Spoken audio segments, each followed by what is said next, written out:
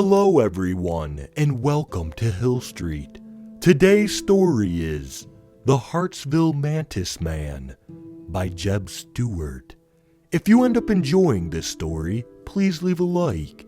And if you enjoy hearing stories from me, please subscribe and become a resident of Hill Street and let me know how I'm doing in the comments.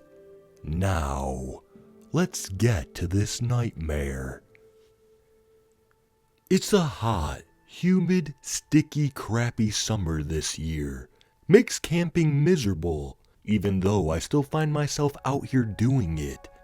Even in the confines of my tent and the shade of the large pine looming over us, I still struggle to breathe a holy, satisfying breath. I peer out from the tent, my haven sheltering me from the late afternoon blaze, to see my brother, Tony, casting out at the nearby pond. He seemed distracted, his mind momentarily drifting from the possibilities of pulling up more bluegill, and instead studying the tree line across the pond. His eyes shifted back and forth, though his being stood absolutely still.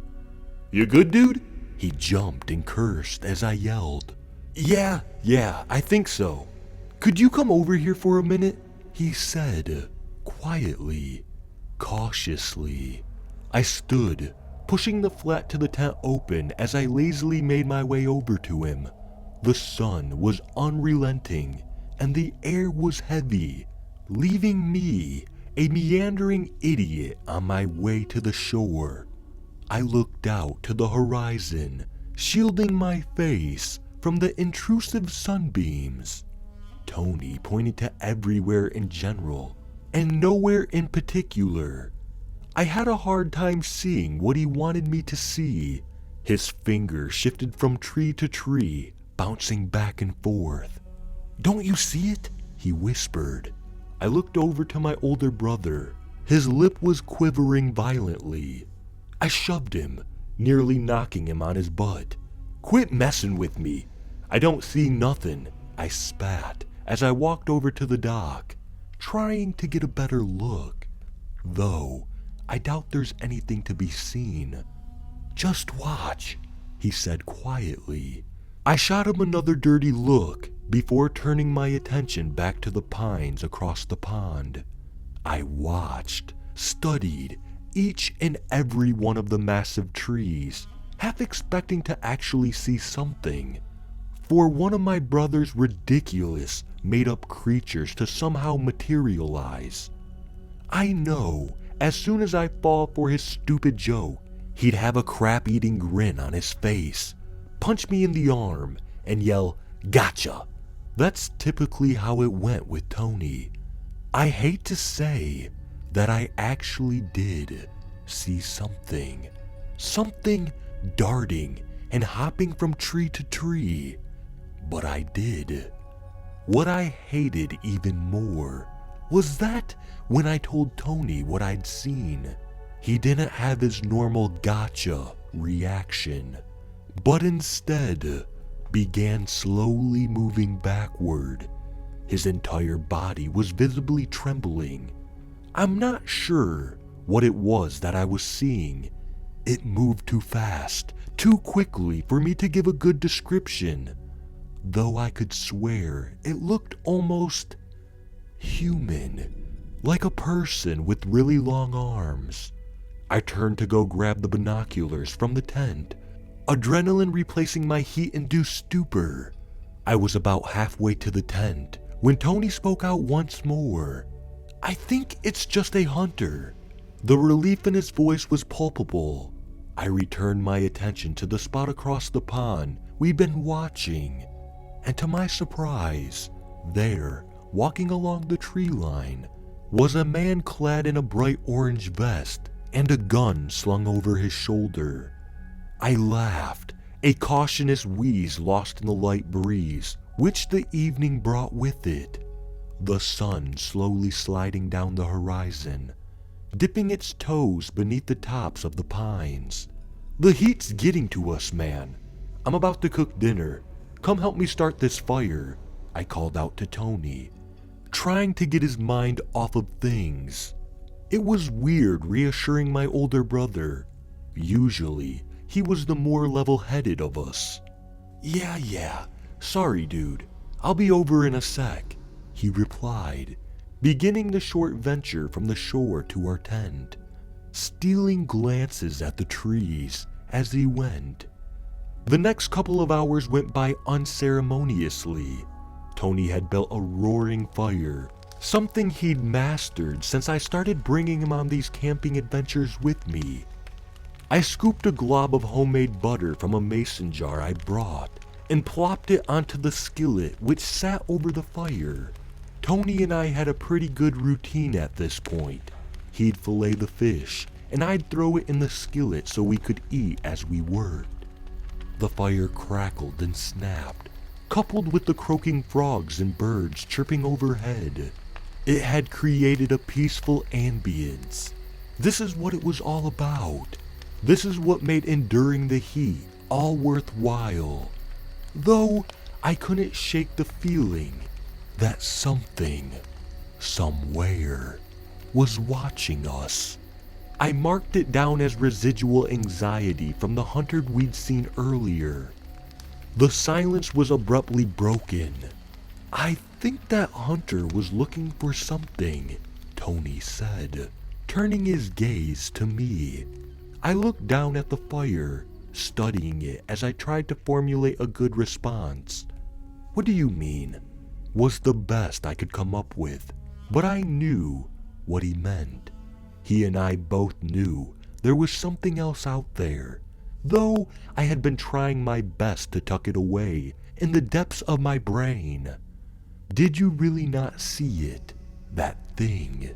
I mean, it was pretty big.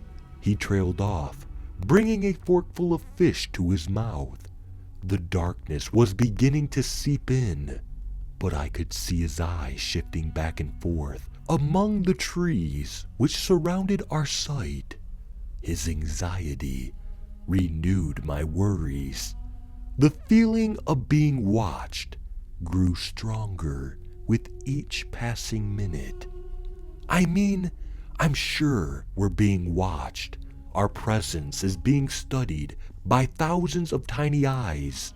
The frogs, the birds, the possums, the raccoons, and whatever else calls Hartsville Park its home. Hell, even the carcasses of the fish we'd pulled up hours before seemed like they were studying us with their glassy, dead eyes. But this was different. Whatever was out there, whatever was analyzing our every move, felt predatory. I think we both nearly jumped out of our own skin when a thick branch let out a loud crunch from behind my truck, which sat nearby the tent. We both shot up to our feet and backed away, nowhere to run with the pond being behind us. Hello? A deep, husky voice called out to us. Tony and I looked towards each other, our faces married with terror. If this was still a prank he was playing on me, then he deserved an Oscar for this performance. Hello, I'm really sorry to bother, but is anyone here? I'm Ranger Thompson with Hartsville Park Security, the man informed, walking out from behind the truck. It was the hunter from earlier. His orange vest the only thing visible in the darkness he was shrouded in. You scared the crap out of us, dude, Tony blurted out, his breath coming in rapid, guttural successions. The ranger walked closer to us, closer to the light from the fire which revealed his bearded face. Somewhere between a ranger, a hunter, and a lumberjack is the best way I could describe him. My apologies, sir, he said matter-of-factly. You boys should probably pack up and head out of here as soon as you can, he continued. Tony and I exchanged cautious glances. We never had anything like this happen to us on one of our camping excursions before. Something was definitely off between what we had seen earlier and the perpetual feeling of being watched. I couldn't shake the feeling of dread washing over anew. "Why?" Tony asked incredulously. The ranger lowered his head a bit, deep in thought, unsure of his next words. He kicked at the dirt a bit before returning his gaze to us. "Well, it sounds kinda silly, but I heavily advise you folks to take my word as fact." He spoke, a mix of serious and somber in his voice. We stood there, a whirlwind of emotions, as he told us of a creature which was stalking the park which we found ourselves in now.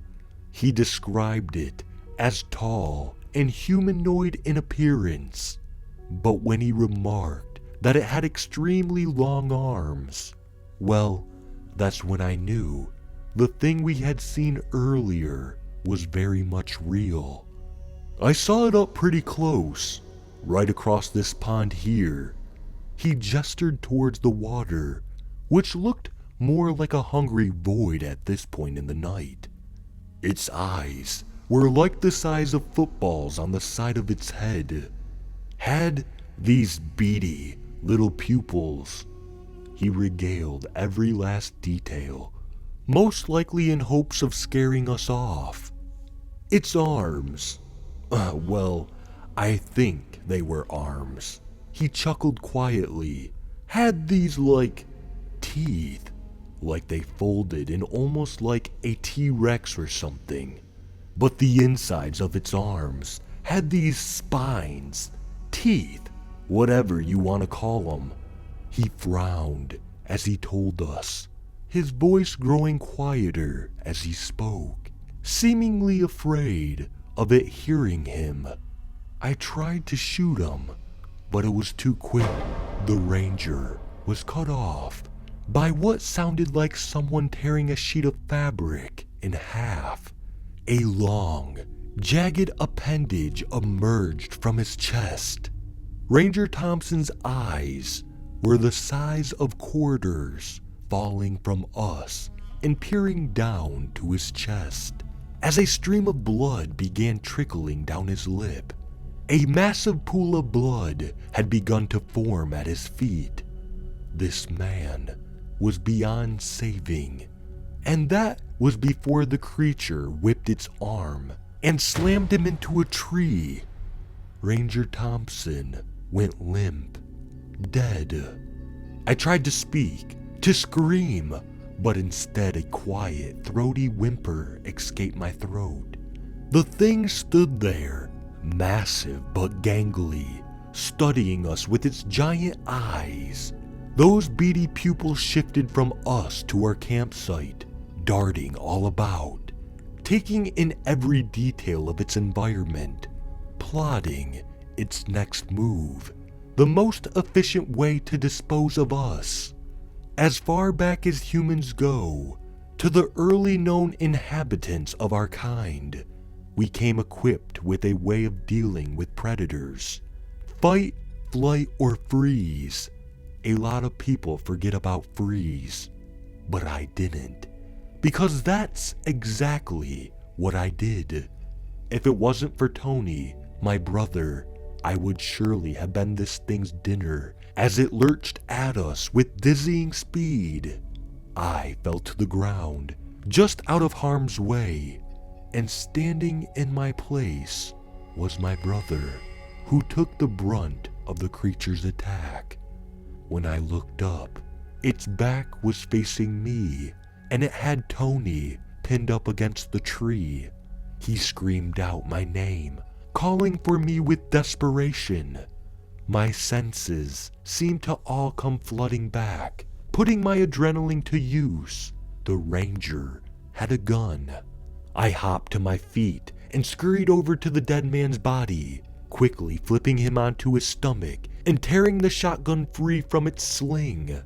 Truthfully, I had never shot a gun up to that point, which seems silly after painting this picture of an outdoorsman. I was a peaceful one up until then.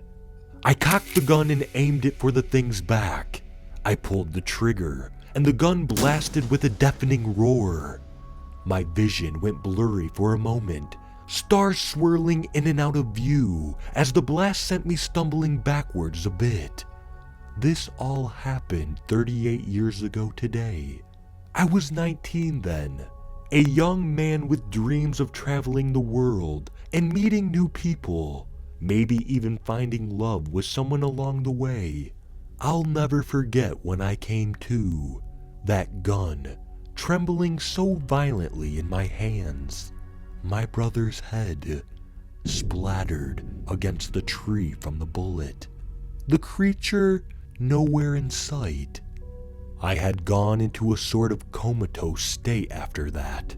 They found me curled up in a ball, my head on my deceased brother's lap. I was charged with 2 counts of manslaughter, obviously my fingerprints on the gun, and the 2 dead men laying next to me didn't look so good. I stuck to my story, to the truth about what had happened to my brother and Ranger Thompson. It all worked out in my favor in the end, as my defense used an insanity plea to spare me of death. Though I probably deserved to die, I would end up spending the next 38 years in Hartsville's mental institute. I write this to you all as I sit here on the bus, waiting for my stop. I want you all to know that everything I have said is the truth, and I'm sticking to that until the day I die, which will very likely be today. Because today, after 38 years of waiting, after 38 years of plotting my revenge, I'm returning to Hartsville Park, where it all began.